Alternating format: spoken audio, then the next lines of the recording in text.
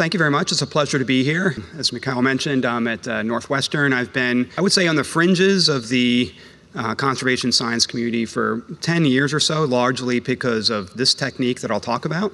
It is as I was just describing here in the front row, a hammer looking for a nail in this field. And I do have an agenda, which is really to get some feedback on things that we could do that are relevant to this community. So I'll start off by just describing the technique. So this is meant to be the first, well, actually, this is the first slide. So where we sit kind of on Wednesday, this is supposed to be modeling and predictive tools, which is really not quite so much what this talk is. But it's really a mechanical testing talk. That was, I guess, yesterday. But with a monitoring application, that's tomorrow. So, so here in between these two things is, I think, the right place for me to sit. So this is the technique and kind of what it is. So I have museum scale kind of in my kind of title and abstract, and what that means is it's not ridiculously expensive. There is some very specific expertise. I think it's probably more appropriate for these things to continue in a collaborative mode. But our actual device that is potentially kind of useful for monitoring are these discs. They're a quarter size but much thinner. So typically it's a quartz single crystal about 1 inch across and kind of 1/3 of a millimeter thick, with electrodes on either side of it, and then sort of some polymer film on top of that. And it's useful to talk a little bit about kind of just how these devices actually work. So I'll have to kind of wave my hands around. So you have an electric field kind of going across this, and quartz is piezoelectric. So this is cut so that when you have an electric field across it, it wants to shear this direction. So if it's an AC field that's doing this, and at the right frequency, there's a resonance. And the resonance is very high frequency. It's 15 megahertz. So that's going to be important. So this is really a rheometer acting at a ridiculously high frequency. So it's basically a sound wave propagation technique that can measure the properties of whatever you put kind of on top of it. So I will describe kind of 3 applications of this technique, which really come from kind of what this polymer film is and what we learned from it. So one thing you can see from the outset is that it requires a fairly uniform thin film of this sort of thickness, a few microns. So there's no way to apply this to any actual object. So the information for this community really comes from doing experiments with materials that you can get into this form factor, which are relevant, or I think long-term is really using these as sensors. So kind of choosing a polymer film which is going to be sensitive to some other environmental condition, and that's what I'm really going to end with. This is the outline. I've already accomplished that. So I'm going to talk about 3 applications we've done in the past. So what sort of information do we get on these thin films? The nice thing about the quartz crystals, they cost $25 each. The associated electronics is more expensive, but not ridiculous. You can kind of set this up for a few $100s. And because each of these crystals is its own rheometer, you can kind of set this on the on the shelf and come back over a long period of time and access it. And the other thing that is useful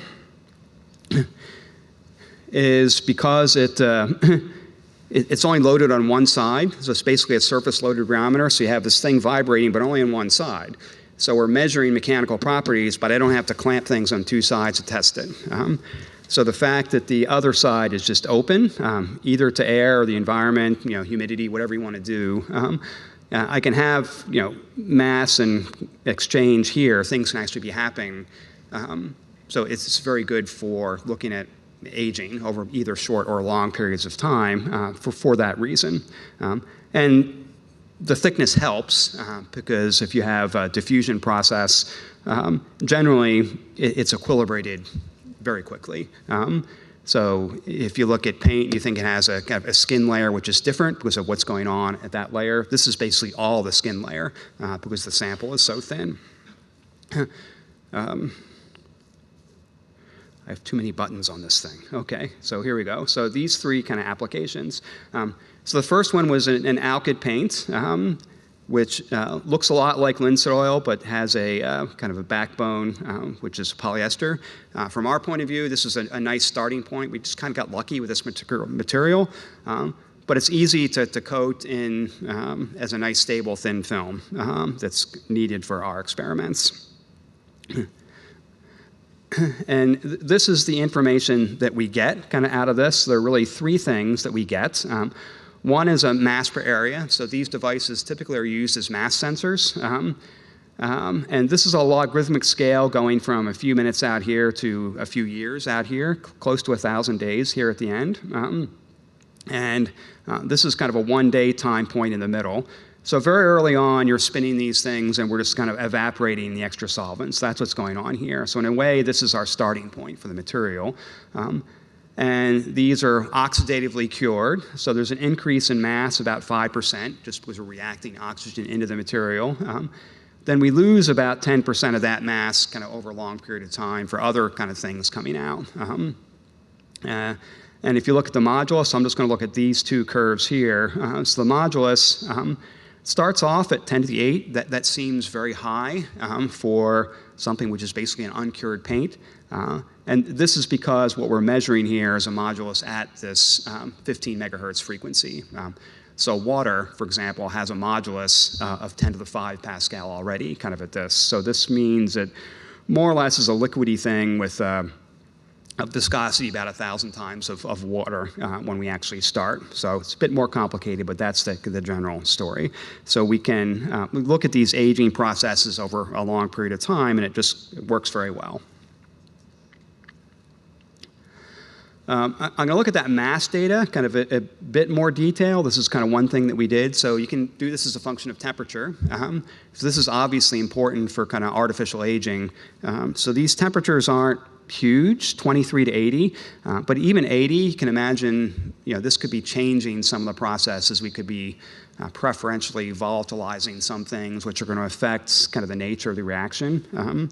So, what do we really kind of make of this? So basically, as we increase the temperature from 23 to 80, these things move this direction. They get faster, so that makes sense. So we can do a sort of a time superposition here. So this is all kind of on a log scale. So if the relevant processes are all kind of just increased in time scale or in rate by the same factor, I should be able to just shift these curves horizontally and see how this works. And apart from this beginning part, which is just solvent evaporation, these things really superpose really well, which at least seems to indicate that we're not dramatically changing mechanistic pathways, and at least in a way that changes this result kind of over this temperature range. And by kind of looking at sort of an Arrhenius plot of the time scale here, kind of the prefactor we need to use to kind of shift these things, we get something like an activation energy for kind of the overall curing process. So that's useful. But the question is, obviously, kind of what does this activation energy kind of really mean? So this gets complicated. So you're not supposed to really kind of understand all these things. This is really shifting from the alkyd to linseed oil. And this is kind of work, the next couple slides from Gwen DiPolo's PhD thesis. I'll show the QCM part that she did in my lab.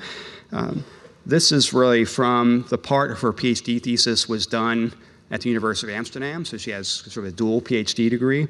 And this is just kind of one of the figures from kind of one of her papers that really Yoon Hermans was the primary kind of senior investigator on this one.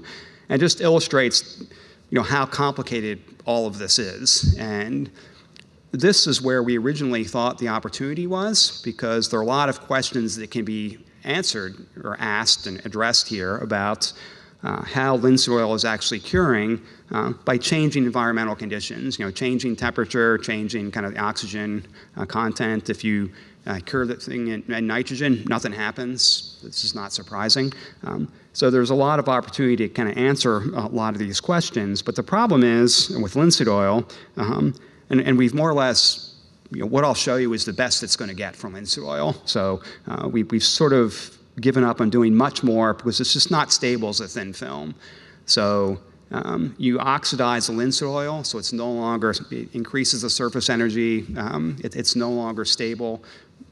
generally as a thin film. We can play some tricks, but we just really can't quite get the stable form factor because of all this stuff going on.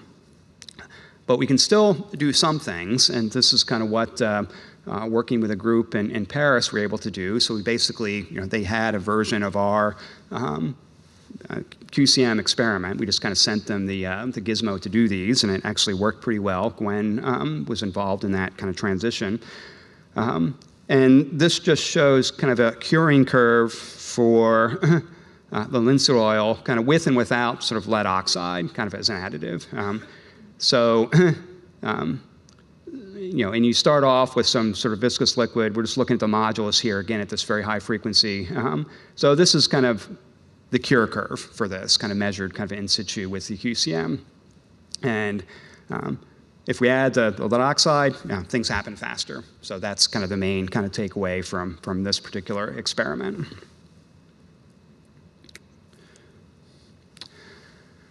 So this is kind of making the point about the very high frequency of this experiment and how we actually can compare this to traditional rheometry.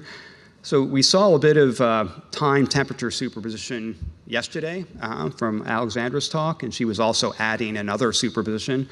This is just the time temperature part. So this is data from our collaborators at the University of Amsterdam for what we assume to be a similar system. It wasn't cured the same way. So this is a high temperature cured system. This is basically a naturally kind of aged system. But this is at 15 megahertz, so 1.5 times 10 to the 7. And these are kind of 3 frequencies that they had actually done. So there should be, ideally, some sort of superposition we can do. So we have to multiply all these things by some temperature-dependent shift factors. And hopefully these things superpose if we're doing this right. This is what happens when you do that. So these are the temperature-dependent shift factors we need, and these make sense. So this is very similar to what Alexandra talked about. There's more detail here, but basically the glass transition of these is around -7. That's what we chose as a reference temperature here. And that's a rheologically determined glass transition temperature. So what is that temperature for linseed oil as it cures is kind of one of the questions that is relevant. It's Arrhenius kind of up here. It's a Vogelfülcher or WLF form kind of up here at the higher temperatures. And this is what you get. And this is all the data from the quartz crystal microbalance. So it's all basically in the glassy regime or close to it. And there's some interesting things about where this plateau is, because these are actually relatively soft, kind of low modulus glasses compared to other kind of thermoplastics that we're used to working with. But the takeaway is that because the frequency is so high, the technique is really always accessing things, even if you go well above TG. So this one here is 85 degrees above the glass transition, but we're still pretty far up on this plateau, close to the glassy behavior of the system. So that's that example. This is the third example, which is cellulose acetate. So this kind of originated from Bratosh was involved in the early kind of discussions of this, introducing us to this particular system. So cellulose acetate can degrade, can hydrolyze, release acetic acid.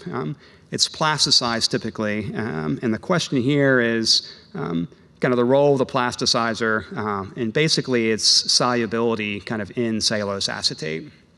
And this came from our collaborator, Maria Kokori at NU Access and at Northwestern.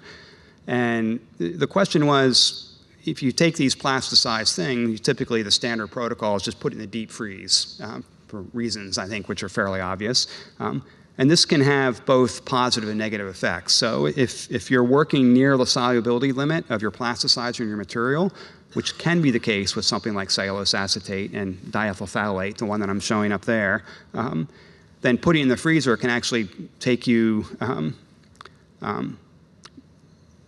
basically below the solubility limit. So basically you can there's a thermodynamic driving force for you to just kind of drive the plasticizer up to the surface. So that's a bad thing. But the kinetics are also going to be really slow. So these are experiments we just kind of put diethyl phthalate on cellulose acetate. There is a finite solubility, so the cellulose acetate doesn't disappear altogether. So we're looking at the diffusion of this material into this material over time. And it's very temperature dependent. So this is kind of low temperature at 5 degrees C. It takes, this is a day. And this is, a small fraction of a micron. So, in practical terms, if I could put this in the deep freeze or even 5 degrees C, and really nothing's going to happen with my stuff. You're not obviously going to do that, but it's very temperature dependent, and it's also doesn't look terribly diffusive. It's linear in time, and this is indicative of what we believe is a case 2 diffusion. This is a polymer physics question, kind of apart from what is probably terribly relevant here, but this is probably what's going on. It's a case 2 diffusion. So when you immerse this, you have a rubbery region, kind of fairly high plasticizer concentration up here, very fast diffusion. This is still glassy down here, very slow diffusion, orders of magnitude difference in the diffusion coefficients. And this front between the rubbery part and the glassy part kind of moves basically at a constant velocity. So that's where the linear dependence actually comes from. So that's kind of the end of the story in those 3 examples. I just want to finish with kind of what next on all this. And I think really what I'd like to have a discussion about, either here in the Q&A or kind of more informally afterwards, is a version of this, what's known as the Oddie test in this field. So the idea here is that if you have an art object in an enclosed environment, that kind of sets up its own sort of microenvironment, which it's not just temperature, humidity, but maybe other things are outgassing from your material. So in the Oddie test, you have basically copper, silver, lead, I think, just metal strips, and you just look at them over time and see what's going on. And the idea here, I don't have more to say apart from this, so you can replace those metal strips with an instrumented version, it's the quartz crystal microbalance, which gives you a lot more information. This may seem like a stretch. So this is kind of what we're using this sort of capability for now. So about a week ago, it was successfully launched. I don't know if our device is actually still working, but hopefully it is, and it's collecting data, and it's a very similar thing. So this is, NASA wants to build things on the moon. So NASA means something different about extreme environment than what this community means by extreme environment. But it's still relevant, right? What we'd like is some remote sensor we don't have to plug in that we can actually kind of use to do things. So a lot of the technology that is relevant for this community is being developed because of this. So these are kind of the pieces. It's battery powered, so it should be collecting data over 6 months. When the mission comes back, we can kind of see what is actually happening.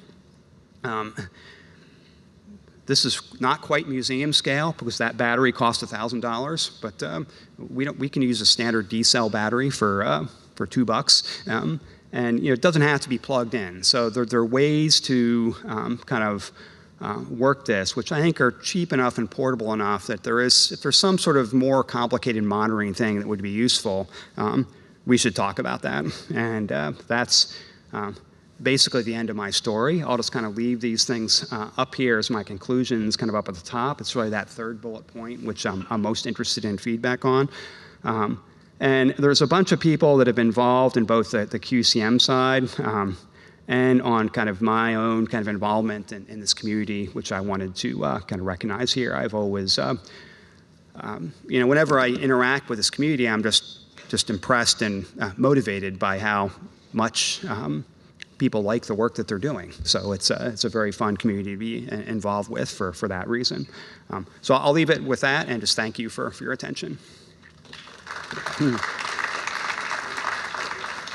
Thank you very much for the fascinating talk. And if I knew that you are going to talk about the space exploration in a way, I would tell it very directly to other speaker, which we are going to have tomorrow, which is Sean Kandarian, who is the director of research science at the Aerospace Corporation. Okay. So he will show how his research may influence our field. It was so nice to show that our field is actually influencing his field. And anyway, I've got a lot of questions for Ken, but I, of course, would like to give the floor to yours, Lucas Brothers. So Ken, thank you very much for interesting talk. I have a question. Would it be possible, already we discussed that a little bit, to use QCM to press it to the painting and determine the properties of the old oil paint? So my hearing is so-so, and there's a lot of echo here, but I think you're talking about monitoring kind of what's going on sort of at the painting or with... I mean connecting the QCM sensor to the painting itself and try to see the response of the multi-layer structure, I understand. It's not necessarily multi-layer. We are struggling to get data for 400, 500 years old paints. We don't have that. The oldest paints which we have are 30 years old. And your system seems that we don't need to take sample for the painting. You just need to attach it to the painting and you can measure the property. Am I right? No. We need basically on kind of the electrode surface of the crystal, a couple micron film of something which mimics kind of what the painting is. So it can't...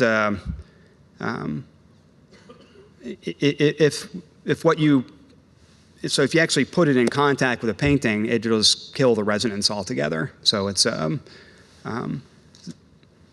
so if I understand your question, we can't really attach it to the painting because the painting's too thick.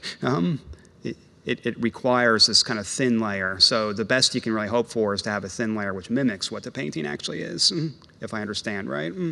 Okay, you understand it well. So the problem is that we don't have the theoretical models to describe the behavior or signal which you get from the thick layer? Yeah, that's right. The question kind of in the end, and maybe I have to kind of go all the way back. So we have this picture up here, is really, in a sensing application, what should the polymer film be? So we're kind of stuck with that geometry. It's kind of we can put the sensor wherever we want, but we can't attach it directly to the painting. So the most we can hope for is to get the right polymer film. So we've made a sensor, so whatever that polymer film is sensing so it's an environmental monitoring thing, I think. We kind of sense the environment in a way that might be relevant to the painting, but we can't measure the painting directly. And I think, Ken, it's not absolutely a final answer because the stake here is very high because the beak which the field is generally struggling with is mimicking the historic materials by our mock-ups, and this could be an extremely attractive way to think about it. But I understand, I don't want to push you to something which is technically... Yeah, I mean, there are other kind of related sort of acoustic techniques which are more suited, I would say, to which I don't understand very well, but shearography and kind of things like this that will give you some information about the mechanics of the painting a bit kind of more directly. Thank you too. Yeah, I see we've got Stefan. Just a point of information, this technique is being used recently in some very nice work in the cleaning of oil paintings field, where it was never very clear how quickly the diffusion front went through oil paint films. So this technique allows you to put all the solvents that are typically used in cleaning oil paint films and to very precisely measure how quickly that solvent front gets to the other side gets to the crystal. And it's clarified diffusion rates during cleaning processes that we've never had before. Yeah, so I heard solvent, I think. You're talking about cleaning. Okay. It's being used to measure the rate of solvent diffusion that's used during cleaning of Absolutely, old oil yeah. paints. Yeah, So that's right. there's a body of very nice literature from Yeah. someone whose name I don't remember, Yeah. I'm sorry. But it's a very nice technique for finding out things that we've been vague on ever since cleaning science got going. That's right. It's the same problem in that we still need a mimic. So, the solvent effect on, that film, which hopefully is kind of representative of what you really want to clean. But yeah, it's very good in that plasticizer and cellulose acetate is kind of one example of that. But yeah, there could be other things you use for cleaning, which you hope have a much lower solubility limit than that particular case. Okay, do we have any other questions? So I've got a question. I wonder, because you showed this idea of using the QCM for the evaluation or supporting the audit test, and I remember there was a few years ago, or maybe even more years ago, the European project which was looking with Mariana Odlaja, they were looking at the corrosiveness of some metals and doing this. But I remember that the biggest challenge during this project was the need to send the coupons back to laboratory for evaluating and testing. So and when you show that, tell us about the cost of electronics and sensors, do you think maybe we are at the stage when it can be more viable for museum just to run those kind of tests? Yeah, I think so. And this is kind of why that NASA related experience is kind of relevant here, because instrumentation everywhere is getting really cheap. Instrument companies still want to extract their money. But there's a company called OpenQCM, for example, and they'll sell you what you need for your device. And and the microelectronics is pretty easy to deal with. That's why the cost gets down to in that sort of application. So the ADI test, if you're interested in, if it's silver kind of tarnishing or corrosion, for example, you just want to look at the mass increase. This can be automated. You can wirelessly get your data out, kind of, in situ or however you want to do it. So pretty cheaply. It would be absolutely amazing if we propose the alternative to audit as coming from the mechanical field. Yeah? Ken, thank you very much, and let's thank Ken again.